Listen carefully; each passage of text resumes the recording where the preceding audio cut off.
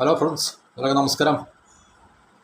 നമ്മളിപ്പോൾ നേരിടുന്ന വലിയ പ്രശ്നം ഇന്ത്യയുടെ, നമുക്കറിയാം, നമ്മൾ ഒത്തിരി കാര്യങ്ങൾക്ക് വേണ്ടി ഇമ്പോർട്ടൻ്റാണ് നമ്മൾ ഡിപ്പെൻഡ് ചെയ്യുന്നത്. എന്നുവെച്ചാൽ രാജ്യത്തിൻ്റെ പല രാജ്യസുരക്ഷയുമായി ബന്ധപ്പെട്ട കാര്യങ്ങൾ ഉൾപ്പെടെ നമുക്കറിയാം. എനർജിയുടെ കാര്യത്തിൽ നമുക്കറിയാം, നമ്മൾ വളരെയധികം ഇമ്പോർട്ടൻ്റ് ഡിപ്പെൻഡ് ചെയ്താണ് നമ്മൾ മുന്നോട്ട് പോകുന്നത്. എന്നുവെച്ചാൽ നമുക്ക് ആവശ്യമായിട്ടുള്ള എനർജി, ക്രൂഡ്, പെട്രോളിയം, അതുപോലെ ഗ്യാസ്, ഇതെല്ലാം നമ്മൾ ഇമ്പോർട്ട് ചെയ്യുകയാണ്.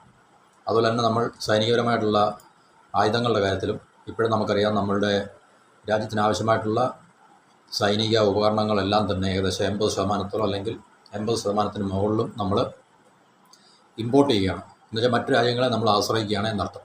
അതുപോലെ മറ്റു പല മേഖലകളിലുമൊക്കെ തന്നെ നമ്മൾ വളരെ ഹെവിലി ഡിപ്പെൻഡൻ്റ് ആണ് മറ്റു രാജ്യങ്ങൾ. നമ്മുടെ രാജ്യത്ത് മാറ്റങ്ങൾ ഉണ്ടാകുന്നുണ്ട്. നമ്മുടെ രാജ്യം പല നേട്ടങ്ങൾ കൈവരിച്ചിട്ടുണ്ട്. എന്നിരുന്നാൽ തന്നെയും നമുക്ക് ഇനിയും ബഹുദൂരം മുന്നോട്ട് പോകേണ്ടിയിരിക്കുന്നു. നമ്മളുടെ രാജ്യത്തിൻ്റെ സുരക്ഷ എന്ന് പറയുമ്പോൾ സൈനികപരമായിട്ടുള്ള കാര്യങ്ങൾ മാത്രമല്ല. സുരക്ഷ എന്ന് പറയുമ്പോൾ നമ്മുടെ ഇക്കണോമിക് സെക്യൂരിറ്റി, നമ്മുടെ രാജ്യത്തിൻ്റെ സമ്പദ് വ്യവസ്ഥയുടെ ഒരു വശം നമ്മൾ നോക്കുമ്പോൾ അത് നമുക്ക് തീർച്ചയായിട്ടും സുരക്ഷയുടെ ഒരു വിഷയം. ഇപ്പം ഉദാഹരണത്തിന് ചൈനയിൽ നിന്ന് നമ്മൾ ഉപ്പ് മുതൽ എന്നാണ് പറയുന്നത്, അല്ലെ സേഫ്റ്റി പിൻ മുതൽ എയ്റോപ്ലെയിൻ വരെ ചൈനയിൽ നിന്ന് നമ്മൾ ഇമ്പോർട്ട് ചെയ്യുന്നു എന്ന് പറയുമ്പോൾ അത് നമ്മുടെ രാജ്യത്തിന് ഉണ്ടാക്കി വെക്കുന്ന ഭീഷണികൾ ഒട്ടും നമുക്ക് നെഗ്ലക്റ്റ് ചെയ്യാൻ സാധിക്കത്തില്ല. അത് നമ്മൾ പല തവണ ആ ഒരു വിഷയത്തെക്കുറിച്ച് നമ്മൾ സംസാരിച്ചാണ്. അപ്പോൾ അത് നമ്മുടെ സുരക്ഷയുടെ വിഷയമാണ് ശരിക്കും പറഞ്ഞത്. കാരണം നമ്മുടെ രാജ്യത്തെ വ്യവസായങ്ങളെയൊക്കെ തന്നെ അത് തകർക്കുവാനും അതുപോലെ തന്നെ അതിനെയെല്ലാം എലിമിനേറ്റ് ചെയ്യാനൊക്കെ അത് വഴിയൊരുക്കിയിട്ടുണ്ട്. അപ്പോൾ അത് നമുക്ക് അറിയാം എത്രത്തോളം നമ്മുടെ രാജ്യത്തിൻ്റെ സുരക്ഷയ്ക്ക് ഭീഷണിയാണെന്നുള്ളൊരു വിഷയം. അപ്പോൾ അതുപോലെ തന്നെ നമുക്കിപ്പം നമ്മുടെ ശത്രു രാജ്യങ്ങൾ അല്ലെങ്കിൽ മറ്റേതെങ്കിലും രാജ്യത്തു നിന്ന് നമുക്ക് അതിർത്തിക്കപ്പുറത്തുനിന്ന് നമുക്കുണ്ടാകുന്ന ഈ ഭീഷണികൾ, ആക്രമണങ്ങൾ, അതും നമ്മുടെ രാജ്യത്തിന് സുരക്ഷയ്ക്ക് നമുക്കറിയാം ഭീഷണിയുണ്ട്. അതാണ് നമ്മൾ ഡയറക്റ്റായിട്ട് സുരക്ഷാ ഭീഷണി നമ്മൾ പറയുന്നത്, ഇല്ലേ? അപ്പോൾ അങ്ങനെ നമ്മൾ നോക്കുമ്പോൾ ഇന്ത്യ ഒത്തിരി കാര്യങ്ങൾ ഇപ്പോഴും ഇമ്പോർട്ട് ഡിപ്പെൻഡൻ്റ് ആണ്.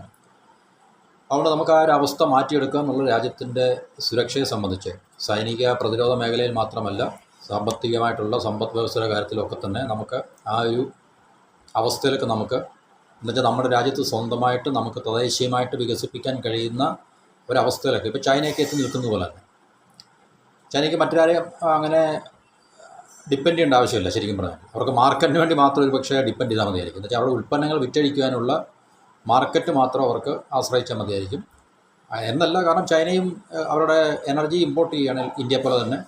കാരണം ചൈനയിൽ പ്രൊഡക്ഷൻ ഉണ്ട്, പക്ഷേ തീർച്ചയായിട്ടും അവരുടെ പ്രൊഡക്ഷൻ അവരുടെ ആഭ്യന്തര ആവശ്യങ്ങൾക്ക് വേണ്ടിയുള്ള അല്ലെങ്കിൽ അതിനെ മീറ്റ് ചെയ്യാൻ പര്യാപ്തമല്ല. അതുകൊണ്ട് അവർ തീർച്ചയായിട്ടും ഈ പറഞ്ഞ് നമുക്കറിയാം എനർജി ഇപ്പോഴത്തെ ഓൺഗോയിങ് കോൺഫ്ലിക്റ്റ് എല്ലാം തന്നെ ചൈനയ്ക്ക് ചീപ്പായിട്ടുള്ള എനർജി തടസ്സപ്പെടുത്തുക എന്നുള്ള ഒരു ഉദ്ദേശം കൂടാണല്ലോ US-ൻ്റെ ഭാഗത്തു നിന്നുള്ളത്.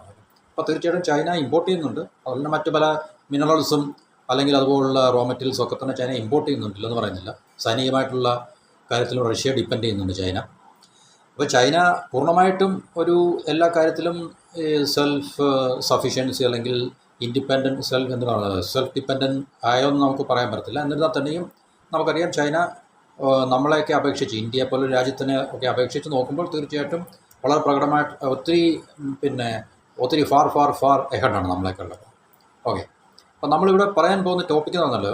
അപ്പോൾ ഇങ്ങനെ ഇന്ത്യയുടെ ഈ ഒരു അവസ്ഥ ആയതുകൊണ്ട് നമുക്ക് അതിനെ തീർച്ചയായിട്ടും ആ അവസ്ഥ മാറ്റിയെടുക്കേണ്ടതായിട്ടുണ്ട്. കാരണം നമുക്ക് പുറത്തുള്ള രാജ്യങ്ങളെ ആശ്രയിക്കുന്ന ഏത് കാര്യത്തിനാലും ശരി, നമ്മൾ ഒത്തിരി മേഖലകളിൽ സ്വയം പര്യാപ്തത നമ്മൾ നേടിയിട്ടുണ്ട് അല്ലെങ്കിൽ നേടിക്കൊണ്ടിരിക്കുന്ന ഒരു രാജ്യമാണ്, ഇല്ലെന്ന് പറയുന്നില്ല. കാരണം ഒത്തിരി നേട്ടങ്ങൾ നമ്മൾ കൈവച്ചിട്ടുണ്ട് നമ്മൾ ഒരു രാജ്യം എന്ന രീതിയിൽ. ഇത്രയൊക്കെ നമുക്ക് ഒത്തിരി പരിമിതികൾക്കുള്ളിൽ നിന്നും നമ്മൾ മുന്നോട്ട് പോയിക്കൊണ്ടിരിക്കുന്ന ഒരു രാജ്യം ആണെങ്കിൽ തന്നെയും നമ്മൾ ഒത്തിരി നേട്ടങ്ങൾ കൈവരിച്ചിട്ടുണ്ട്, ഒത്തിരി അച്ചീവ്മെൻറ്റ്സ് നമുക്കുണ്ടായിട്ടുണ്ട് തീർച്ചയായിട്ടും.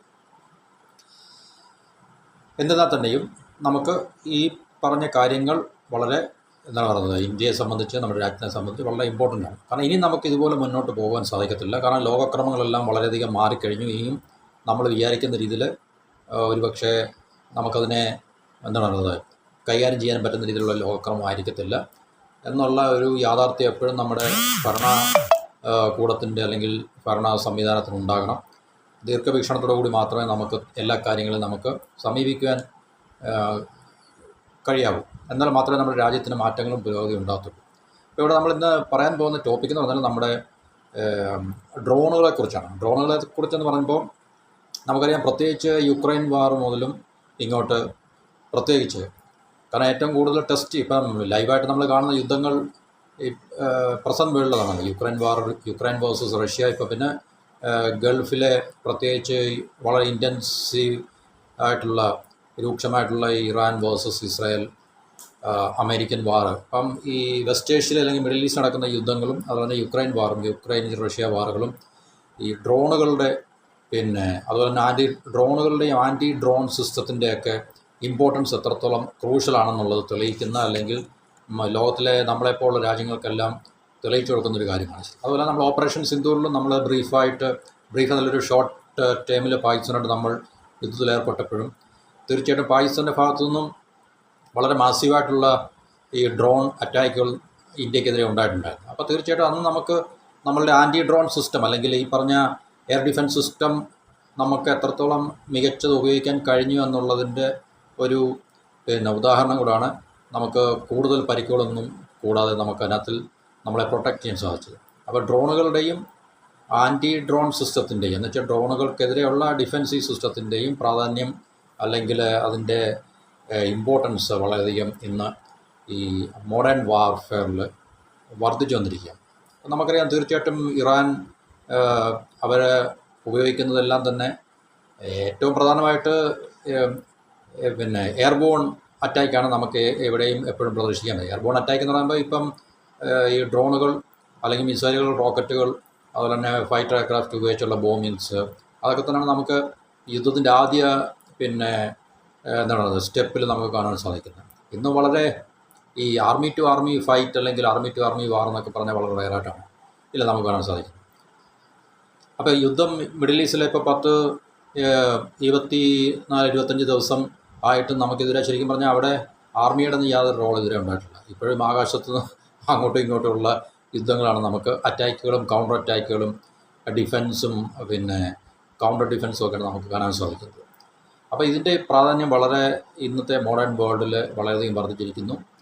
ഇനിയും കൂടുതൽ ഈ മുന്നോട്ട് നമ്മൾ പോകുന്തോറും തീർച്ചയായിട്ടും ഈ ഒരു മേഖലയായിരിക്കും എല്ലാ രാജ്യങ്ങളും കൂടുതൽ ശ്രദ്ധിക്കുന്നത് എന്നുള്ളത് കൊണ്ട് ഇന്ത്യയെ സംബന്ധിച്ച് ഇന്ത്യക്കും ഈ ഒരു ഡ്രോൺ എന്നുവെച്ചാൽ നമ്മുടെ സേനയ്ക്ക് നമ്മൾ ഒരു ഡ്രോൺ എക്സ്ക്ലൂസീവായിട്ടുള്ളൊരു ഡ്രോൺ ഫോഴ്സ് നമുക്ക് വളരെയധികം ഉണ്ടാകണം എന്നുള്ളത് വളരെ അത്യാവശ്യമായി മാറിയിരിക്കുന്നു. അപ്പോൾ ഇന്ത്യ തീർച്ചയായിട്ടും ഡ്രോണിൽ നമ്മൾ, കാരണം ഇത്രയും പല മേഖലകളിൽ നമ്മൾ അച്ചീവ്മെൻറ്റ്സ് കൈവരിക്കുന്ന രാജ്യമായതുകൊണ്ട് തീർച്ചയായിട്ടും നമുക്ക് ഈ മേഖലയെ നമുക്ക് നെഗ്ലക്റ്റ് ചെയ്തിട്ടൊന്നുമില്ല. പക്ഷേ ഇപ്പോഴത്തെ വിഷയം എന്ന് പറഞ്ഞാൽ നമ്മളുടെ മിനിസ്ട്രി ഓഫ് ഡിഫൻസ് അല്ലെങ്കിൽ നമ്മുടെ പ്രതിരോധ മന്ത്രാലയം ഇപ്പോഴൊരു തീരുമാനമെടുത്തിരിക്കുന്നതെന്ന് പറഞ്ഞാൽ 2030 ആകുമ്പോഴത്തേക്ക് ഇന്ത്യ ഈ ഒരു മേഖലയിൽ സ്വയം പര്യാപ്തത കൈവരിക്കുക എന്നുള്ളതിനെ ലക്ഷ്യമാക്കിയിട്ട് ചില നീക്കങ്ങൾ അവർ വളരെ റീസെൻ്റായിട്ട് നടത്തിയെന്നാണ് നമുക്കറിയാൻ സാധിക്കുന്നത്. അത് വളരെ അത്യാവശ്യമാണ്. നമുക്ക് ആര് ഭരിക്കുന്നു എന്നുള്ളതല്ല ഇവിടുത്തെ വിഷയമാണ്. കാരണം നമ്മുടെ രാജ്യത്തിൻ്റെ സുരക്ഷയാണ് ഏറ്റവും പ്രധാനപ്പെട്ട വിഷയം. അതിനകത്ത് നമുക്ക് ആവശ്യമായിട്ടുള്ള വിഷനോടുകൂടി നമ്മൾ ഇൻവെസ്റ്റ് ചെയ്യുക എന്നുള്ളതാണ് നമ്മളെ സംബന്ധിച്ച് ഏറ്റവും പ്രധാനപ്പെട്ട കാര്യങ്ങൾ. ഇപ്പം ഭരിക്കുന്ന രാഷ്ട്രീയ പാർട്ടികൾ വരും പോകും. പക്ഷേ നമ്മുടെ ഭരണ സംവിധാനം, നമ്മുടെ രാജ്യം എല്ലാം സുസ്ഥിരമായിട്ട് ഇവിടെ നിലനിൽക്കേണ്ടതായിട്ടൊരു ആവശ്യകതയുണ്ട്. അപ്പോൾ തീർച്ചയായിട്ടും നമ്മുടെ രാജ്യത്തിന് ആവശ്യമായിട്ടുള്ള ഫ്യൂച്ചർ ഓറിയൻറ്റഡ് ആയിട്ടുള്ള അല്ലെങ്കിൽ ഒരു ദീർഘവീക്ഷണത്തോടു കൂടിയുള്ള കാര്യങ്ങൾ സമസ്ത മേഖലകളിലും, പ്രത്യേകിച്ച് നമ്മുടെ രാജ്യസുരക്ഷയോട് ബന്ധപ്പെട്ട ഇതുപോലുള്ള സൈനിക പ്രതിരോധ മേഖലകളിലൊക്കെ തന്നെ നിർണായകമായിട്ടുള്ള ചുവടുവയ്പ്പുകൾ നമുക്ക് നടത്തേണ്ട ആവശ്യകത ഇന്നത്തെ ലോകത്ത്. ഇനി നമുക്ക് കൈയും കെട്ടി നമുക്ക് വെയിറ്റ് ആൻഡ് സീ പോളിസി ഒരിടത്തും നമുക്ക് പറ്റത്തില്ല. പണ്ട് നമുക്ക് പറ്റുമായിരുന്നല്ല, പണ്ട് നമ്മൾ അങ്ങനെയാണ് ചെയ്തിട്ടുള്ളത്. ശരിക്കും പറഞ്ഞു കഴിഞ്ഞാൽ അങ്ങനെ ഇന്ത്യ ഒത്തിരി അവസരങ്ങൾ നമുക്ക് നഷ്ടപ്പെട്ടിട്ടുണ്ട്. നമ്മളുടെ സാമ്പത്തിക വളർച്ചയുടെ കാര്യത്തിലായാലും 80കളും 90കളിലൊക്കെ നമ്മൾ ശരിക്കും പറഞ്ഞാൽ നമുക്ക് നഷ്ടപ്പെട്ട അവസരങ്ങളാണ് ആ ഒരു 70കൾ 80കൾ ആ ഒരു ദശാബ്ദങ്ങളൊക്കെ. അപ്പോൾ അന്നൊക്കെ നമുക്ക് നമ്മളെ തീർച്ചയായിട്ടും ഈ സാമ്പത്തിക റിഫോംസിൽ കൂടെ നമുക്ക് തീർച്ചയായിട്ടും വളരെ വ്യക്തമായിട്ടുള്ളൊരു സാമ്പത്തിക വളർച്ച കൈവരിക്കാൻ നമുക്ക് ആ കാലഘട്ടത്തിൽ സാധിച്ചിരുന്നെങ്കിൽ, അല്ല അതിൻ്റെ തുടക്കം നമുക്ക് വളരെ കൃത്യമായിട്ട് നമുക്ക് ചെയ്യാൻ സാധിച്ചെങ്കിൽ ഒരുപക്ഷെ ഇന്ന് നമുക്ക് ചൈനയായിട്ട് കിടപിടിക്കത്തക്ക രീതിയിലുള്ളൊരു മാറ്റം ഉണ്ടാക്കിയെടുക്കാൻ പറ്റുന്ന രാജ്യമാണ്. പക്ഷേ നമ്മൾ ആ ദശാബ്ദങ്ങളെല്ലാം നമ്മൾ നഷ്ടപ്പെടുത്തിയിട്ടുണ്ട്. ലിബറലൈസേഷൻ 91 നമ്മൾ സാമ്പത്തിക ഉദാരവൽക്കരണം അല്ലെങ്കിൽ എന്താണ് സാമ്പത്തിക പരിഷ്കാരങ്ങൾ ആരംഭിച്ചെങ്കിൽ തന്നെയും നമ്മൾ ചൈനയ്ക്കൊപ്പം അല്ലെങ്കിൽ ചൈനയെ പോലെ നമുക്ക് വളരുവാൻ സാധിച്ചില്ല എന്നുള്ള ഒരു പിന്നെ എന്താ പറയുന്നത് ദൗർഭാഗ്യകരമായിട്ടുള്ളൊരു സത്യം നമ്മളെ സംബന്ധിച്ചുണ്ട്. അപ്പോൾ ഇനി നമുക്കതിനെ അങ്ങനെയുള്ളൊരു അവസ്ഥ നമുക്ക് തീർച്ചയായിട്ടും തുടരാൻ കഴിയത്തില്ല. ഇപ്പോൾ ചൈനയുടെ വളർച്ചയൊക്കെ കുറഞ്ഞിട്ടുണ്ട്. ഇപ്പോൾ ഇന്ത്യക്ക് വളരെ ഹോപ്പ്ഫുള്ളായിട്ടുള്ളൊരു പീരീഡാണെന്നൊക്കെ നമുക്ക് പറയാൻ സാധിക്കുമെങ്കിലും തീർച്ചയായിട്ടും ചൈനയ്ക്ക് ഉണ്ടായിട്ടുള്ള ഒരു ഭാഗ്യം എന്ന് വെച്ചാൽ GDP-യുടെ ആവറേജ് 10% ഗ്രോത്ത് ഒരു ദശാബ്ദക്കാലത്തിന് മുകളിലായിട്ട് അവർക്ക് മെയിൻറ്റെയിൻ ചെയ്ത് കൊണ്ടുപോകാൻ സാധിച്ചത് കൊണ്ടാണ് അവർക്ക് ഇത്രയും വളരെ ഇൻക്രെഡിബിളായിട്ടുള്ള അവിശ്വസനീയം എന്നല്ല പറയുന്നത്, ഇൻക്രെഡിബിളായിട്ടുള്ള ഒരു വളർച്ചയ്ക്ക് അവർക്ക് സാധ്യമായത്. ഓക്കെ, അപ്പോൾ നമ്മളുടെ ഡ്രോൺ എന്ന് പറയുന്ന ഒരു ഡ്രോൺ ഇന്ത്യൻ സേനയ്ക്ക് ഡ്രോൺ ശക്തി അല്ലെങ്കിൽ നമ്മളുടെ ഡ്രോണുകൾ നമുക്ക് സ്വന്തമായിട്ട് നിർമ്മിക്കാൻ കഴിയുന്ന ഒരു രാജ്യമായി മാറുക എന്നുള്ളത് വളരെ അത്യാവശ്യമാണ്. ഡ്രോൺ നമുക്കിപ്പോൾ ഉദാഹരണത്തിന് ലോകത്ത് പല രാജ്യങ്ങളും വളരെ ചീപ്പായിട്ട് മാനുഫാക്ചർ ചെയ്യുന്നുണ്ട്. ഇപ്പോൾ അതിനകത്തിലെ ഇറാനും ടർക്കിയും അതുപോലുള്ള രാജ്യം ചൈനയൊക്കെ തന്നെയാണ് വളരെ മുൻപിൽ. അപ്പോൾ അതുകൊണ്ട് തീർച്ചയായിട്ടും നമുക്ക് ഇതുപോലുള്ള രാജ്യങ്ങളിൽ നിന്ന് നമുക്ക് എപ്പോഴും നമുക്ക് വാങ്ങിച്ചു കൂട്ടാൻ നമുക്ക് പറ്റത്തില്ലല്ലോ, മറ്റു പല കാര്യങ്ങളെപ്പോലെ തന്നെ. നമ്മൾ ഫ്രാൻസിൽ നിന്ന് റഫേൽ വാങ്ങിക്കുമ്പോൾ നമുക്ക് ഈ കഴിഞ്ഞ വീഡിയോയിൽ ഞാൻ പറഞ്ഞതാണ് അതിൻ്റെ സോഴ്സ് കോഡ് അവർ തരത്തില്ല, അല്ലെങ്കിൽ ടെക്നോളജിക്കൽ ട്രാൻസ്ഫർ അവർ തരത്തില്ല, അല്ലെങ്കിൽ അതിൻ്റെ ഇൻ്റലക്ച്വൽ പ്രോപ്പർട്ടി അവർ ട്രാൻസ്ഫർ ചെയ്യത്തില്ല. അപ്പോൾ അങ്ങനെയൊക്കെയുള്ള വിഷയങ്ങൾ വരുമ്പോൾ നമ്മളെ സംബന്ധിച്ച് വളരെ ബുദ്ധിമുട്ടാണ്. അപ്പോൾ ഡ്രോണിൻ്റെ കാര്യത്തിലും ഈ ഒരു പ്രശ്നം നമ്മൾ നേരിടുന്നുണ്ട് അല്ലെങ്കിൽ നേരിടും. അപ്പോൾ ഇതിനകത്തിൽ ഇന്ത്യയെ സംബന്ധിച്ച് ഇന്ത്യയുടെ ഈ UAV എന്ന് പറയുന്നത് വെച്ചാൽ അൺമാൻഡ് ഏരിയൽ വെഹിക്കിൾസ്, അൺമാൻഡ് എന്നല്ല, അതിനകത്തിൽ പൈലറ്റോ പൈലറ്റോ അല്ലെങ്കിൽ മനുഷ്യരൊന്നും അതിനകത്തിലില്ല. അല്ലാതെ പിന്നെ ഗ്രൗണ്ട് കൺട്രോൾഡായിരിക്കും, നമുക്കറിയാവുന്ന റിമോട്ട് കൺട്രോൾ നമ്മൾ പറയുന്നത് ഗ്രൗണ്ട് കൺട്രോൾഡായിരിക്കും ഈ പറഞ്ഞ UAV എന്ന് പറയുന്നത്. അപ്പോൾ ഇങ്ങനെയുള്ള UAV ഫ്ലീറ്റിനെ നമുക്ക് വർദ്ധിപ്പിക്കാനായിട്ടുള്ള വളരെ വലിയ അത്യാവശ്യം ഇപ്പോൾ ലോകത്ത് നടക്കുന്ന ഈ യുദ്ധങ്ങളുടെ അടിസ്ഥാനത്തിൽ നമുക്ക് തീർച്ചയായിട്ടും നമ്മുടെ ഒരു എന്താണ് പറയുന്നത് ടോട്ടൽ പ്രതിരോധ തന്ത്രത്തെ നമുക്ക് മാറ്റുക എന്നുള്ളത്, അതുപോലെ തന്നെ ഒരു എക്സ്ക്ലൂസീവായിട്ടുള്ള റോക്കറ്റ് മിസൈൽ ഫോഴ്സ് ഉണ്ടാക്കുക എന്നൊക്കെ ഉള്ളതിനെക്കുറിച്ചൊക്കെയുള്ള ഒരു എന്താ പറയുന്നത് ആശയമൊക്കെ ഇപ്പം ഉരുത്തിരിഞ്ഞു വരുന്നുണ്ട്. ഡെഡിക്കേറ്റഡ് ആയിട്ടുള്ള റോക്കറ്റ് ഫോഴ്സുള്ള ഇറാനും ചൈനയ്ക്കും ഒക്കെ ഉണ്ട്. പാകിസ്ഥാൻ ഓപ്പറേഷൻ സിന്ധുവിന് ശേഷം അവർ ഇതിനെക്കുറിച്ച് ആലോചിക്കുകയും എനിക്ക് തോന്നുന്നു ഇത് അവർക്കൊരു ഡെഡിക്കേറ്റഡ് ആയിട്ടുള്ള അല്ലെങ്കിൽ എക്സ്ക്ലൂസീവുള്ള റോക്കറ്റ് മിസൈൽ ഫോഴ്സിനെ കുറിച്ച് ഉണ്ടാക്കുന്നതിനെക്കുറിച്ച് എനിക്ക് തോന്നുന്നു അവർ സ്റ്റാർട്ട് ചെയ്തെന്ന് തോന്നുന്നു. അപ്പോൾ ഇന്ത്യക്കും അത് വളരെ അത്യാവശ്യമാണ്. ചൈനയുടെ എന്നൊക്കെ പറഞ്ഞാൽ വളരെ മാസികമാണ്, അവരുടെ ഒറ്റ ഫോഴ്സ് തന്നെ മതി ശരിക്കും പറഞ്ഞു കഴിഞ്ഞാൽ അവരുടെ ശത്രു രാജ്യത്തിനെ അവർക്ക് എന്താ പറയുന്നത് എതിർക്കാൻ വേണ്ടി, അല്ലെങ്കിൽ ഒരു യുദ്ധത്തിൽ ഏർപ്പെടുമ്പോൾ. കാരണം നമ്മളിപ്പോൾ ആർമി, നേവി, എയർഫോഴ്സ് എന്ന് പറയുന്ന പോലെ തന്നെ ഒരു സെപ്പറേറ്റ് വിങ് ആണത് റോക്കറ്റ് ഫോഴ്സ് അല്ലെങ്കിൽ മിസൈൽ ഫോഴ്സ് എന്ന് പറയുന്നത്. അപ്പോൾ അതുപോലെ തന്നെ ഡ്രോൺ ഫോഴ്സ് ഒക്കെ വളരെ അത്യാവശ്യമാണ് ശരിക്കും ഇന്ത്യയെ സംബന്ധിച്ച്. അപ്പോൾ ഇന്ത്യയുടെ പ്രശ്നം എന്ന് പറഞ്ഞാൽ നമുക്ക് ഈ പറഞ്ഞ ഈ ഡ്രോൺ ഫ്ലീറ്റ് നമ്മൾ അല്ലെങ്കിൽ UAV ഫ്ലീറ്റ് നമ്മൾ ഇൻക്രീസ് ചെയ്യുന്നുണ്ട്, അതിനകത്ത് നമ്മൾ ഇൻവെസ്റ്റ് ചെയ്യുന്നുണ്ട്, ഡെഡിക്കേറ്റഡ് ആണ്. പക്ഷേ ഇന്ത്യയുടെ പ്രശ്നം എന്ന് പറഞ്ഞാൽ ഈ ഒട്ടുമിക്ക സിസ്റ്റംസും സബ് സിസ്റ്റംസും എല്ലാം തന്നെ നമ്മൾ ഇമ്പോർട്ട് ചെയ്യുകയാണ് ശരിക്കും പറഞ്ഞത്. അപ്പോൾ ഇമ്പോർട്ട് ചെയ്യുന്നുള്ള പ്രശ്നം നമുക്കറിയാം. ഇൻ്റർനാഷണൽ ക്രൈസിസ് ഒക്കെ വരുമ്പോൾ, ഇപ്പോൾ ഇതുപോലുള്ള പ്രശ്നങ്ങളൊക്കെ വരുമ്പോൾ, ഇപ്പോൾ ഈ വാർ അല്ലെങ്കിൽ ഇതുപോലുള്ള വിഷയങ്ങൾ വരുമ്പോൾ തീർച്ചയായിട്ടും ഫോർ എക്സാമ്പിൾ ഇപ്പോൾ നമ്മൾ ഏതെങ്കിലും രാജ്യത്തുനിന്ന് വളരെ ഇമ്പോർട്ടൻ്റ് ആയിട്ടുള്ള കമ്പോണൻസ് ഇറക്കുമതി ചെയ്യാനിരിക്കട്ടെ, അപ്പോൾ ആ രാജ്യം ഏതെങ്കിലും തരത്തിലുള്ള പ്രശ്നങ്ങളിൽ ഏർപ്പെടുകയാണെങ്കിൽ നമുക്ക് തീർച്ചയായിട്ടും സപ്ലൈ ചെയിൻ അവിടെ കട്ടാവും. അപ്പോൾ നമുക്ക് നമ്മുടെ രാജ്യത്തിൻ്റെ പ്രശ്നങ്ങൾ ബുദ്ധിമുട്ടിലാകും. അപ്പോൾ അതുകൊണ്ട് നമ്മൾ ഈ പറഞ്ഞ ഇമ്പോർട്ടിനെ ഡിപ്പെൻഡ് ചെയ്യുമ്പോഴുള്ള വിഷയമാണ്. പ്രത്യേകിച്ച് ഇതുപോലുള്ള ക്രൂഷ്യലായിട്ടുള്ള വളരെ ക്രിട്ടിക്കലായിട്ടുള്ള ഏരിയാസിലൊക്കെ തന്നെ നമ്മൾ ഇമ്പോർട്ടിനെ അല്ലെങ്കിൽ മറ്റു രാജ്യങ്ങളെ ആശ്രയിക്കുമ്പോഴുള്ള വിഷയമാണ്. അപ്പോൾ ഈ ഡ്രോണിൻ്റെ കാര്യത്തിൽ നമുക്ക് തീർച്ചയായിട്ടും നമ്മൾ ഈ കമ്പോണൻസ് അല്ലെങ്കിൽ പാർട്സ്, സബ് സിസ്റ്റംസ് ഇതൊക്കെ തന്നെ നമ്മൾ മറ്റു രാജ്യങ്ങളെ ആശ്രയിക്കുന്നത് കൊണ്ട് അത് ഇതുപോലുള്ള ഏതെങ്കിലും ഗ്ലോബൽ ഇൻ്റർനാഷണൽ ക്രൈസിസ് ഒക്കെ വരുമ്പോൾ അതിൻ്റെ സപ്ലൈ ചെയിനകത്തിൽ എന്തെങ്കിലുമൊക്കെ ഡിസ്റപ്ഷൻ, തടസ്സങ്ങൾ നേരിട്ട് കഴിഞ്ഞാൽ അത് നമ്മളെ സംബന്ധിച്ച് വലിയ ബുദ്ധിമുട്ടായിരിക്കും. അപ്പോൾ ഇപ്പോഴും നമുക്കറിയാം ഈ ഗ്ലോബൽ സപ്ലൈ ചെയിൻ ചൈനയെ ആശ്രയിച്ചാണ് ഇരിക്കുന്നത്. അപ്പം ചൈനയെ ആശ്രയിച്ചിരിക്കുക എന്ന് പറയുമ്പോൾ നമുക്കറിയാം ഏതൊരു കാര്യത്തിനും നമ്മൾ മുമ്പേ പറഞ്ഞിട്ട് ഒരു ചെറിയ നട്ടും ബോൾട്ടിനും പോലും നമുക്ക് സ്ക്രൂവിനും പോലും നമുക്ക് ചൈനയെ ആശ്രയിക്കേണ്ട ഒരു അവസ്ഥ നിലനിൽക്കുന്നുണ്ട്. അത് നമ്മളെ സംബന്ധിച്ച് വളരെയധികം ബുദ്ധിമുട്ടാണ്. ഇപ്പോൾ ജപ്പാനിൽ നിന്നാണ് നമ്മൾ കമ്പോണൻസ് അല്ലെങ്കിൽ അതുപോലുള്ള ഈ പാർട്സ് നമ്മൾ ഇമ്പോർട്ട് ചെയ്യുന്നുണ്ട്. നമുക്ക് രാജ്യങ്ങൾ തമ്മിലുള്ള ബന്ധങ്ങൾ വെച്ചിട്ട് നമുക്ക് വലിയ വിഷയങ്ങളൊന്നുമില്ല പറയാം. പക്ഷേ നമുക്കറിയത്തില്ല ഏത് തരത്തിലുള്ള ഈ ക്രൈസിസ് രാജ്യത്തെ ബാധിക്കും നമുക്കറിയത്തില്ല. അപ്പോൾ നാളെ ജപ്പാനും ചൈനയും തമ്മിൽ യുദ്ധം ഉണ്ടായി കഴിഞ്ഞാൽ തീർച്ചയായിട്ടും ആ സപ്ലൈ ചെയിൻ അവിടെ കട്ട് ഓഫ് ആകാനുള്ള ചാൻസുകൾ കൂടുതലാണ്. അപ്പോൾ നമ്മളെ സംബന്ധിച്ചത് വളരെ പിന്നെ ഒരു ക്രൈസിസിലേക്ക് നമ്മളെ നയിക്കും. അപ്പോൾ ചൈനയാണ് നമ്മൾ കൂടുതലും ഈ സപ്ലൈ ചെയിൻ ചൈന കേന്ദ്രീകൃതമാണ് എന്നുള്ളതൊരു വിഷയമാണ്. അതുപോലെ തന്നെ ഇസ്രായേൽ, US, യൂറോപ്പ് ഇവരെയൊക്കെ നമുക്കിപ്പോൾ തീർച്ചയായിട്ടും ഡിപ്പെൻഡ് ചെയ്യാൻ സാധിക്കത്തില്ല. കാരണം ഇവരെല്ലാം പ്രശ്നങ്ങളിൽ ഏർപ്പെട്ട് ഇരിക്കുന്ന രാജ്യമായതുകൊണ്ട് തീർച്ചയായിട്ടും അവരെല്ലാം അവർക്ക് തന്നെ ഇപ്പം യുദ്ധത്തിൽ യുക്രൈൻ ഉള്ളതുകൊണ്ട് യൂറോപ്പിനും അല്ലെങ്കിൽ നേറ്റോയിൽ അംഗരാജ്യമായിട്ടുള്ള യൂറോപ്യൻ രാജ്യങ്ങൾക്കും അമേരിക്കയ്ക്കും തന്നെ യുക്രൈനെ ഫീഡ് ചെയ്യണം. ഇസ്രായേൽ യുദ്ധത്തിൽ ഏർപ്പെട്ടുകൊണ്ടിരിക്കുന്നതുകൊണ്ടും അമേരിക്കയുടെ ഡയറക്റ്റായിട്ട് എൻഗേജ് ആയതുകൊണ്ടും തീർച്ചയായിട്ടും അവരുടെ ഇൻട്രസ്റ്റിനെ, താല്പര്യങ്ങളെ അവർക്ക് പ്രൊട്ടക്റ്റ് ചെയ്യേണ്ടതുകൊണ്ട് നമുക്ക് തീർച്ചയായിട്ടും ഈ പറഞ്ഞ രാജ്യങ്ങളിലൊന്നും ഇപ്പോഴെന്നല്ല ഇനി ഭാവിയിൽ കുറച്ച് ഇത് കഴിഞ്ഞാൽ തന്നെയും നമുക്ക് പെട്ടെന്ന് അവരെ ഒരു സ്മൂത്തായിട്ടുള്ള സപ്ലൈ ചെയിന് വേണ്ടി നമുക്കവരെ ഡിപ്പെൻഡ് ചെയ്യാൻ സാധിക്കത്തില്ല. അപ്പോൾ അത് നമ്മൾ ഇന്ത്യയുടെ പോളിസീസ് എല്ലാം ഇപ്പോൾ ഒന്ന് മാറ്റി നമ്മൾ സ്വയം പര്യാപ്തത ആകുക എന്നുള്ളത് അങ്ങനെ തീരുമാനമെടുത്തിരിക്കുകയാണ് നമ്മുടെ ഡിഫൻസ് മിനിസ്ട്രി. അത് നല്ല കാര്യം തന്നെ. അപ്പോൾ അങ്ങനെയുള്ളൊരു കാര്യത്തിൻ്റെ അടിസ്ഥാനത്തിൽ എന്താണെന്ന് വെച്ച് കഴിഞ്ഞാൽ നമ്മൾ പ്രത്യേക ശ്രദ്ധ കൊടുക്കുന്നത് ഇലക്ട്രോണിക്സ്, എൻജിൻസ്, ബാറ്ററീസ്, അതുപോലെ തന്നെ മോൾഡ്.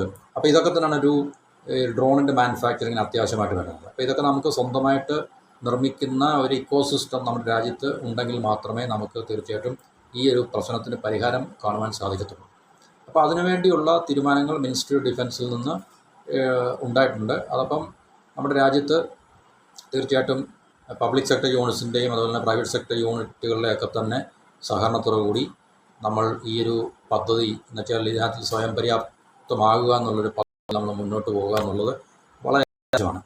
അപ്പം ഈ അടുത്ത സമയത്ത് ഏതൊരു യൂട്യൂബ് ചാനലിൽ എനിക്ക് തോന്നുന്നത് ഒരു റിട്ടയർഡ് ഡിഫൻസ് പേഴ്സണലാണ് ഇന്ത്യക്ക് 1,00,000 ഡ്രോണുകളോളം വളരെ അത്യാവശ്യമാണ് എന്നുള്ളത്. അത് വളരെ കൃത്യമാണ് ശരിക്കും പറഞ്ഞാൽ.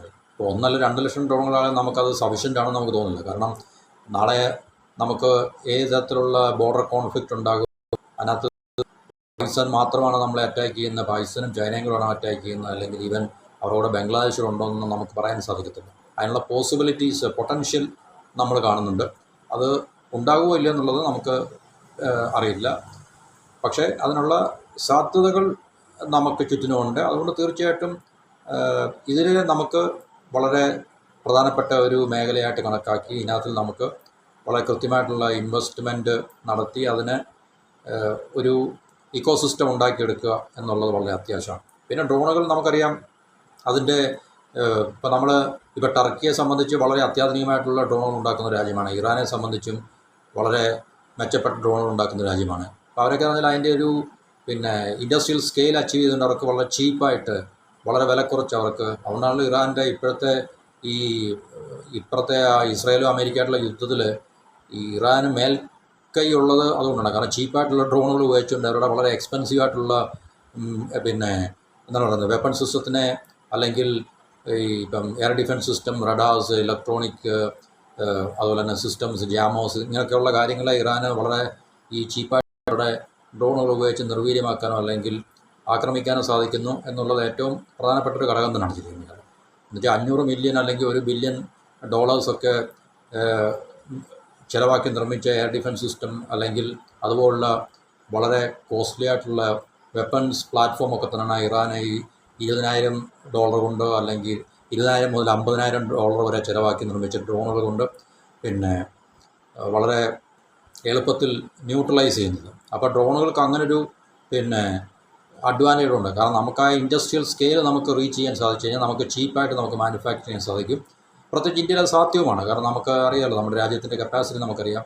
ഇത്രയും വലിയൊരു രാജ്യമായതുകൊണ്ടും നമ്മൾ മാനുഫാക്ചറിങ്ങിൽ നമ്മൾ തീർച്ചയായിട്ടും വളരെ സ്ട്രോങ് ആയിട്ടുള്ള ബേസസ് ഉള്ള രാജ്യമാണ് തീർച്ചയായിട്ടും. ഇപ്പോൾ ചൈനയെപ്പോലെ നമ്മളായിട്ടില്ല എന്നുള്ളതിൻ്റെ അർത്ഥം നമുക്ക് സ്ട്രോങ് ബേസ് ഇല്ലെന്നോ അല്ലെങ്കിൽ നമുക്ക് കപ്പാസിറ്റി ഇല്ലെന്നല്ല. നമുക്ക് സ്ട്രോങ് ആയിട്ടുള്ള ഇൻഡസ്ട്രിയൽ ബേസ് ഉണ്ട്. നന്നായിട്ട് ഇൻഡസ്ട്രിയലൈസ് ചെയ്യപ്പെട്ട ഒരു രാജ്യം തന്നെയാണ് ഇന്ത്യ എന്ന് പറഞ്ഞത്. പക്ഷേ നമ്മുടെ രാജ്യത്തിൻ്റെ ആവശ്യമായിട്ടുള്ള ലെവലിലേക്ക് നമ്മളിതുവരെ തീർച്ചയായിട്ടും എത്തിയിട്ടില്ല എന്നുള്ളത് രണ്ടാമത്തെ കാര്യം. അപ്പോൾ അങ്ങനെയുള്ള നമ്മുടെ ഇൻഡസ്ട്രിയൽ കപ്പാസിറ്റി ഉപയോഗിച്ച് നമുക്ക് തീർച്ചയായിട്ടും ഇതിനകത്തിൽ സ്കെയിലപ്പ് ചെയ്യാൻ സാധിക്കും. സ്കെയിലപ്പ് ചെയ്യാൻ സാധിച്ചു കഴിഞ്ഞാൽ തീർച്ചയായിട്ടും പാകിസ്ഥാനെ ഒക്കെ അപേക്ഷിച്ചും ഈവൻ ഒരു പക്ഷേ ചൈനയോട് തന്നെ കോമ്പീറ്റ് ചെയ്യാൻ നമുക്ക് അതിനകത്ത് യാതൊരു സംശയമില്ല. അപ്പോൾ ചീപ്പായിട്ടുള്ള ഡ്രോൺസ് നമുക്ക് വളരെ കൂടുതൽ നമ്പേഴ്സിൽ നമുക്ക് മാനുഫാക്ചർ ചെയ്യാൻ സാധിക്കും. ഒരു ക്രൈസിസ് നമ്മൾ ഫേസ് ചെയ്യുമ്പോൾ നമ്മുടെ ഡിഫൻസ് ഫോഴ്സിനെ നമുക്ക് ഈ സപ്ലൈ ചെയിനിൽ ഡിസ്റപ്ഷൻ ഒന്നും ഇല്ലാതെ തന്നെ നമുക്ക് ഫീഡ് ചെയ്യാൻ സാധിക്കും. അതാണല്ലോ ഏറ്റവും അത്യാവശ്യമാണ്. കാരണം യുദ്ധം ഉണ്ടായിക്കഴിഞ്ഞാൽ നമുക്കറിയത്തില്ല എത്ര നാൾ യുദ്ധം നിലനിൽക്കും നമുക്കറിയത്തില്ല. അപ്പോൾ ആ യുദ്ധം നിലനിൽക്കുന്ന കാലം നമ്മുടെ സേനയ്ക്ക് ഇത് ഈ വെപ്പൺസ് നമുക്ക് ഫീഡ് ചെയ്യേണ്ടേ, വെപ്പൺസ് ഉള്ളതുകൊണ്ടിരിക്കണ്ടേ. അപ്പോൾ ആഭ്യന്തരമായിട്ട് നമ്മൾ അതിനുള്ളൊരു ഇൻഡസ്ട്രിയൽ കപ്പാസിറ്റി റീച്ച് ചെയ്ത് കഴിഞ്ഞാൽ നമ്മളെ സംബന്ധിച്ച് വേറെ ആരെയും ഡിപ്പെൻഡ് ചെയ്യേണ്ട ആവശ്യമൊന്നുമില്ല. അമേരിക്കയുടെയോ അല്ലെങ്കിൽ മറ്റ് രാജ്യങ്ങളുടെ ഒന്നും ടേംസ് ആൻഡ് കണ്ടീഷൻ അനുസരിച്ച് നമുക്ക് കാത്തിരിക്കേണ്ടി വരികയോ അല്ലെങ്കിൽ നമുക്ക് ഇപ്പോൾ യുക്രൈൻ എന്ന് പറഞ്ഞാൽ യുക്രൈൻ സെലൻസ്കി ഇപ്പം യൂറോപ്പിനോടോ അല്ലെങ്കിൽ അമേരിക്കയുടെ ഒക്കെ ഇപ്പോൾ ആയുധങ്ങൾ ചോദിച്ചാൽ മാത്രമേ കിട്ടത്തുള്ളൂ. അപ്പോൾ American president executive order sign ചെയ്താൽ മാത്രമേ അമേരിക്കയിൽ നിന്നും അല്ലെങ്കിൽ അതുപോലെ നാറ്റോയുടെ ഭാഗത്തു നിന്നൊക്കെ തന്നെ ആയുധങ്ങൾ യുക്രൈനിലേക്ക് എത്തത്തുള്ളൂ. അപ്പോൾ അതുപോലെ നമ്മൾ തീർച്ചയായിട്ടും മറ്റു രാജ്യങ്ങളെ ഡിപ്പെൻഡ് ചെയ്യുന്ന ഒരു രാജ്യമാണെങ്കിൽ ഇപ്പം ഇതുപോലുള്ള ക്രൈസിസ് നമുക്ക് ഉണ്ടാകുകയാണെങ്കിൽ, ഇപ്പോൾ ഒരു ലോങ് ടൈം വാർ ഉണ്ടാകുകയാണെങ്കിൽ തീർച്ചയായിട്ടും നമുക്ക് സപ്ലൈ വേണ്ടി വരും, വാർ സപ്ലൈ നമുക്ക് വേണ്ടി വരും. അപ്പോൾ വാർ സപ്ലൈ നമ്മൾ വിദേശത്തു നിന്നാണ് നമ്മൾ വരുന്നതെങ്കിൽ, മിസൈലുകളും റോക്കറ്റുകളും അല്ലെങ്കിൽ ഡ്രോണുകളൊക്കെ തന്നെ വരുന്നുണ്ടെങ്കിൽ നമുക്ക് തീർച്ചയായിട്ടും അവരുടെ അപ്രൂവലിന് വേണ്ടി നമുക്ക് കാത്തിരിക്കേണ്ടി വരും. അപ്പോൾ നമുക്കറിയാം മറ്റു രാജ്യങ്ങളെ ആശ്രയിച്ചുള്ള ഭവിഷ്യത്ത് നമുക്കറിയാം. അതേസമയം നമ്മുടെ രാജ്യത്തിന് അത് സപ്ലൈ ചെയ്യാനുള്ള കപ്പാസിറ്റി ഉണ്ടെങ്കിൽ പിന്നെ നമുക്ക് വേറെ തന്നെ പേടിക്കേണ്ട ആവശ്യമില്ല. അപ്പോൾ അതുകൊണ്ട് നമുക്കിത് വളരെ നിർണായകമായിട്ടുള്ളൊരു മേഖലയാണ്. അപ്പോൾ ഇതിനകത്തിലെ മറ്റൊരു വിഷയം എന്ന് പറഞ്ഞാൽ ഈ ചൈനീസ് സോഫ്റ്റ്വെയർ ഉപയോഗിച്ചിട്ടുള്ള ഈ പറഞ്ഞ ഹാക്കിംഗ്, ഡ്രോൺസിനെയൊക്കെ ഹാക്ക് ചെയ്യാൻ സാധിക്കും. കാരണം ഇതൊരു ഇലക്ട്രോണിക് സിസ്റ്റമാണുണ്ട്, സോഫ്റ്റ്വെയർ ബേസ്ഡ് ആയിട്ടുള്ള സിസ്റ്റമാണല്ലോ തീർച്ചയായിട്ടും. അപ്പോൾ സോഫ്റ്റ്വെയർ എവിടെയെല്ലാം ഉണ്ടോ, ഇലക്ട്രോണിക്സിൻ്റെ എലമെൻറ്റ് എവിടെയെല്ലാം ഉണ്ടോ അതെല്ലാം ഹാക്ക് ചെയ്യപ്പെടാനുള്ള സാധ്യത വളരെ കൂടുതലാണ് ഇവിടെ നിന്ന്. അപ്പോൾ ഇത് ചൈനീസ് സോഫ്റ്റ്വെയർ ഉപയോഗിച്ച്, കാരണം നമ്മൾ കൂടുതലും ഈ കമ്പോണൻസ്, സിസ്റ്റം, സബ് സിസ്റ്റം, പാർട്സൊക്കെ തന്നെ നമ്മൾ ചൈനയിൽ നിന്ന് വാങ്ങിക്കുന്നുണ്ട്.